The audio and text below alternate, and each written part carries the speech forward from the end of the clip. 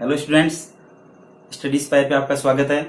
जैसा कि आपको पता है कि हम मैट्रिक्स का यहाँ पे सॉल्यूशन कर रहे हैं और मैट्रिक्स यहाँ पे पढ़ रहे हैं। तो आज हम इसी सीरीज में अवयवों की समानता अर्थात इक्विलिटी ऑफ मैट्रिक्सेस, इसका मतलब ये हुआ कि दो अवयव कब समान होती है, उसके लिए क्या आवश्यक शर्त है, उसका हम यहाँ पे अध्ययन करने वाले हैं। तो जल्दी से अपन वीडियो को स्टार्ट करते हैं और देखिए इस अवयवों की समानता के लिए क्या आवश्यक शर्त है। तो मैं जो शर्त है यहाँ पे, जो कंडीशन है वो यहाँ पे पहले ही लिख देता हूं। देखो पहली जो कंडीशन है वह तो ये है कि दोनों जो आपकी अवयव है, दोनों जो अवयव है का या की जो कोटि है, दोनों अवयव की कोटि क्या होनी चाहिए, समान होनी चाहिए। दोनों अवयव की कोटि समान होनी चाहिए, तभी क्या हो सकता है, उनकी समानता की बात की जा सकती है। पहली बात तो ये। दूसरी बात जो बहुत ही इंपॉर्टेंट है, संगत अवयव, संगत अवयव क्या होने चाहिए, समान होने चाहिए। संगत अवयव समान होने चाहिए। सर ये दो बातें क्या है, एक एग्जांपल के थ्रू हमें समझा दीजिए। तो देखिए मैं पहले बोल रहा हूं दोनों अवयव की कोटि समान होनी चाहिए। अब देखो मैं आपके लिए एक एग्जांपल ले रहा हूं। ए नाम से मैंने एक अवयव बना रखी है जिसमें मैं लिखता हूं, मान लीजिए कि यहाँ पे है 2, यहाँ पे 3, यहाँ पे 4 और 5, और मैं यहाँ पे लिख देता हूं बी नाम से एक अवयव और लिख देता हूं जिसमें लिखता हूं मैं 2, 3, 4 और यहाँ पे लिखता हूं 6। देखना जरा, थोड़ा ध्यान से लिखना। मैंने यहाँ पे जो लिखा है ए अवयव ये है, बी अवयव ये है, तो मैं क्या इनमें जांच करना चाहता हूँ क्या दोनों अवयव की कोटि समान है क्या। तो सर इसकी कोटि है वो है 2 इंटू 2। कैसे लिखते हैं, देखो पंक्तियों की संख्या इसमें कितनी है, 2 है। पहली पंक्ति तो 2 और 3 से बनी हुई है, दूसरी पंक्ति 4 और 5 से बनी हुई है। इसके बाद में इसकी कोटि की बात की जाए तो ये भी 2 गुणा 2 है।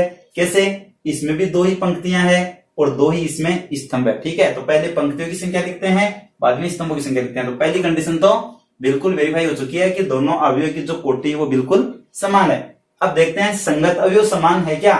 तो आपको देखने में लग रहा है कि बिल्कुल सेम है। देखो संगत अवयव का मतलब ये होता है कि इसमें जहां पे 2 लिख रखा है ना, वहीं पे इसमें 2 होना चाहिए। फिर इसमें जैसे यहाँ पे 3 लिख रखा है तो यहाँ पे 3 होना चाहिए, यहाँ पे 4 है तो यहाँ पे 4 है, और यहाँ पे 5 है तो यहाँ पे 6 है। इसका मतलब सर ये दोनों बिल्कुल बराबर समान नहीं दिख रहे, संगत अवयव समान नहीं है। अगर मैं 6 को हटा के यहाँ पे क्या कर देता हूं, 5 कर देता हूं, तो अब आपको क्या लग रहा है कि दोनों जो अवयव है, दोनों मैट्रिक्स के जो अवयव है, संगत अवयव है, वो कैसे हैं, समान है। तो देखिए जरा यहाँ पे ना आप कह सकते हैं कि दोनों अवयव कैसी है, समान अवयव है। तो यहाँ पे आपको अवयवों की समानता का जो गुणधर्म है वो यहाँ पे फॉलो हो रहा है। ठीक है, अब जैसे सपोज करना, मैंने ये समझाया आपको। अब मैं क्या कर रहा हूं, इस 4 को यहां से हटाता हूं और यहाँ पे 4 लिख देता हूं और यहाँ पे 3 लिख देता हूं। अब यदि इसे कोई देखता है तो कहेगा 2 इसमें भी है, 2 इसमें भी है, 3 इसमें है, 3 इसमें है, 4 इसमें है, 4 इसमें है, 5 इसमें है, 5 इसमें है। तो ये सर समान अवयव है। अब ये दोनों बिल्कुल भी समान अवयव नहीं है। क्यों? क्योंकि इनके जो संगत अवयव है वो कंडीशन फेल हो रही है, संगत अवयव समान नहीं हो पा रहे हैं। अब संगत अवयव समान कब होते हैं, देखना।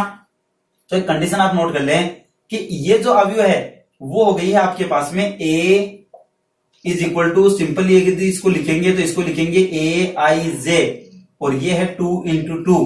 इसी तरह से ये आपके पास में बी वाली जो मैट्रिक्स है इसको मैं लिख देता हूं शॉर्ट में कि बी आई जे, और ये भी 2 इंटू 2 है। यहां तक किसी को डाउट है नहीं होना चाहिए। अब देखो A i j is equal to B i j होना चाहिए, A i j is equal to B i j होना चाहिए for i, for each value of i and j. ऐसे कर दीजिए, for each value of i and j, मतलब i और जे की सभी वैल्यू के लिए ये क्या होना चाहिए, इक्वल होना चाहिए। जैसे सर अब कैसे चेक करें इससे, जैसे मान लीजिए मैं यहां लेता हूं, यहां मैंने यूज किया है कि आई बराबर तो ले रहा हूं 1 और जे बराबर ले रहा हूं मैं 2। कैसे ले रहा हूं देखना जरा, क्योंकि इसका जो एड्रेस है ना वो कितना है भी, इसका एड्रेस कितना है, इसका एड्रेस है शॉर्ट में बोले तो A11। क्यों? क्योंकि ये पहली पंक्ति और पहले स्तंभ का अवयव है। इसका एड्रेस हो गया सर A12। क्यों? क्योंकि ये पहली पंक्ति और दूसरे स्तंभ का अवयव है। इसी तरह से ये दूसरी पंक्ति पहले स्तंभ का अवयव है और ये दूसरी पंक्ति और दूसरे स्तंभ का अवयव है। तो सेम इसी तरह से ये भी कितना हो गया है, B11 हो जाएगा, B12 हो जाएगा, B21 एंड B22 हो जाएगा। ओके, क्लियर है यहां तक। अब देखिए क्या ये कंडीशन इसमें सेट हो रही है क्या? I is equal to 1, J is equal to 2, तो मैं यहां पे लिखूंगा, देखो यहां पे इसमें लिख रहा हूं A I की वैल्यू 1, J की वैल्यू 2, तो B भी कितना हो गया 1 2। अब देखो A12 इक्वल है क्या B12 के अपने क्वेश्चन में? तो A12 की वैल्यू 4 आ रही है, B12 की वैल्यू 3 आ रही है, तो सर इधर तो लिखूंगा 4 और इधर लिखूंगा 3, तो ये तो कभी भी इक्वल नहीं हो सकते। इसका मतलब ये कंडीशन इसमें फेल से पास हो गई है, इसलिए हम कहेंगे कि ये दोनों अवयव समान नहीं है। और मैं आपको इसको वापस से समान करके बता देता हूं कि यदि यहाँ पे आपके पास में 3 हो और यहाँ पे 4 हो, तो अब आप लिखेंगे तो क्या लिखेंगे, यहां देखना, यहां लिखेंगे सर इसकी वैल्यू भी 3 है और इसकी वैल्यू भी 3 है, तो 3 के इक्वल होता है। इसका मतलब दोनों अवयव कैसी हो गई है, अभी समान हो गई है। तो समान अवयव की कंडीशन आपको समझ में आ चुकी होगी। या अवयव में अपन समानता कैसे देखते हैं, इसकी दो कंडीशन है, दोनों अवयवों की कोटि क्या होनी चाहिए, समान होनी चाहिए। और दूसरी बात, संगत अवयव अर्थात कोरस्पॉन्डिंग जो एलिमेंट्स है वो कैसे होने चाहिए, सेम होने चाहिए, तभी दोनों अवयव क्या होगी, इक्वल होगी। और यदि दो अवयव इक्वल होती है, जैसे ए और बी अवयव यदि इक्वल है, तो मैं यहां पे लिख सकता हूं ए इज इक्वल टू बी, और अगर नहीं होगा तो आप इक्वल के साइन को कट कर देंगे यहां से, ठीक है। तो अब मैं अवयव की समानता से रिलेटेड अपने एग्जाम में क्या क्वेश्चन पूछा जाता है, एक क्वेश्चन डिस्कस करता हूं। तो उस क्वेश्चन में देखते हैं जरा क्या कंडीशन फॉलो हो रही है। मैंने जो दो कंडीशन लिखी है उनसे अगर मुझे किसी एक्स वाई जेड वगैरह की वैल्यू निकालने के लिए कहा जाता है तो कैसे निकालेंगे। तो एक सिंपल सा एग्जांपल लेते हैं अपन यहाँ पे, जैसे कि एग्जांपल है अपने पास में x+3 एक अवयव है जिसमें लिख रखा है x+3 z+4 और नेक्स्ट में लिख रखा है 2y-7, ठीक है। फिर इसके नीचे लिख रखा है -6, फिर लिख रखा आपके पास में a-1 और फिर उससे आगे लिख रखा है 0 और यहां पर भी आपके पास में 0 और फिर इधर है -21 और फिर इधर है b-3, ठीक है। ये आपके पास में एक मैट्रिक्स अर्थात अवयव है गिवन है। और ये जो अवयव है वो बराबर है किसके, देखते हैं जरा। यहां पे पहला एलिमेंट है 0, दूसरा एलिमेंट है 6, यहां पे फिर आपको मिलेगा 3y-2, ठीक है। फिर इसी तरह से नेक्स्ट जो बात कर रहे हैं वो यहां पे है -6 और फिर है -3 और फिर यहां पे वैल्यू मिल रही है 2c+2, ठीक है जी। नेक्स्ट जो वैल्यू है वो आपके पास में एलिमेंट है वो है 2b+4, 2b+4, फिर है -21 और फिर आपके पास में यहाँ पे है 0, क्लियर है। ये आपके पास में दो मैट्रिक्स है और बोला जा रहा है कि इसमें जो भी वेरिएबल्स यूज किए हुए हैं, लाइक इसमें आया है a आया है, फिर आपके पास में b आया है, c आया है, इसी तरह से आपके पास में x आया है, y है, z है, इन सब की वैल्यू हमें कैलकुलेट करके बताइए। लेकिन एक कंडीशन उसने पहले बता दी है कि दोनों अवयव कैसी है, समान अवयव है। तो हमें पता है कि जब अवयव की समानता अपन यूज करते हैं तो अपन यहाँ पे लिखेंगे कौन सा गुणधर्म अप्लाई कर रहे हैं, यहाँ पे अवयवों की समानता से। अब अवयवों की समानता हमें क्या बताती है, अवयव की समानता से हमें ये पता चलता है कि दोनों अवयव की कोटि समान होनी चाहिए। तो इसमें आप चेक करेंगे तो आपको पता चलेगा कि पहली पंक्ति ये है सर, दूसरी पंक्ति ये वाली है और तीसरी पंक्ति ये है, अर्थात इसमें पंक्तियों की संख्या 3 है। तो स्तंभ भी कितने हैं, पहला स्तंभ, दूसरा स्तंभ और तीसरा स्तंभ, तो 3 हो गए सर। इसमें भी देखें तो 3 और 3 ही है सर, तो 3 × 3 कर देंगे।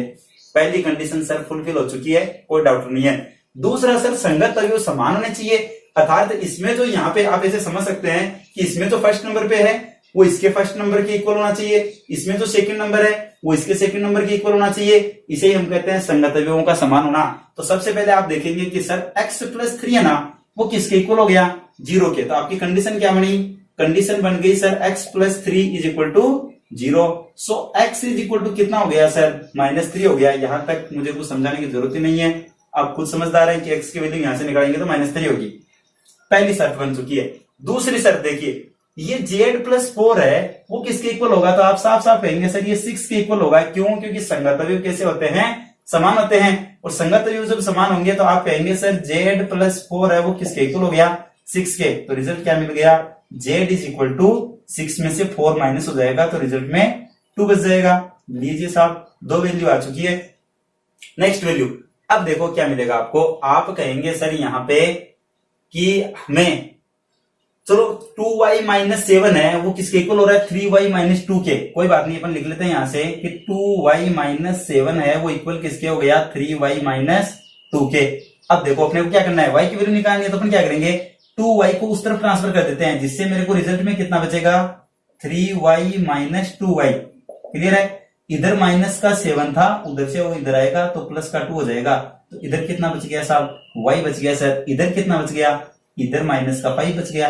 तो इस तरह से मेरे पास में किसकी वैल्यू आ चुकी है? y की वैल्यू आ चुकी है। तो x, y और z की वैल्यू मैं निकाल चुका हूं।